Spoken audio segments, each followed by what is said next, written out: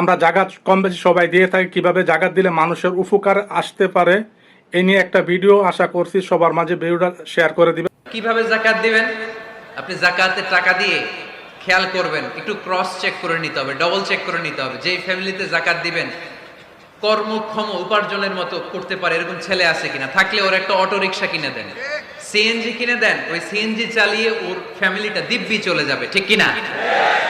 ওর একটা অস্ট্রেলিয়ান গাভী কিনে দেন, ওই গাভীর দুধ বিক্রি করে ফ্যামিলিটা স্বাবলম্বী হয়ে যাবে, ঠিক কিনা?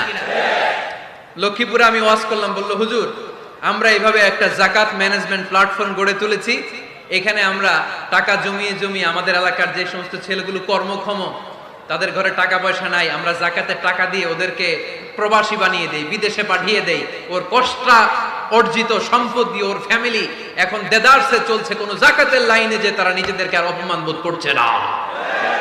এইভাবে জাকাত দিতে হবে। দিলটার একটু খোলেন, হাতটার একটু খোলেন, তাহলে হৃদয়টার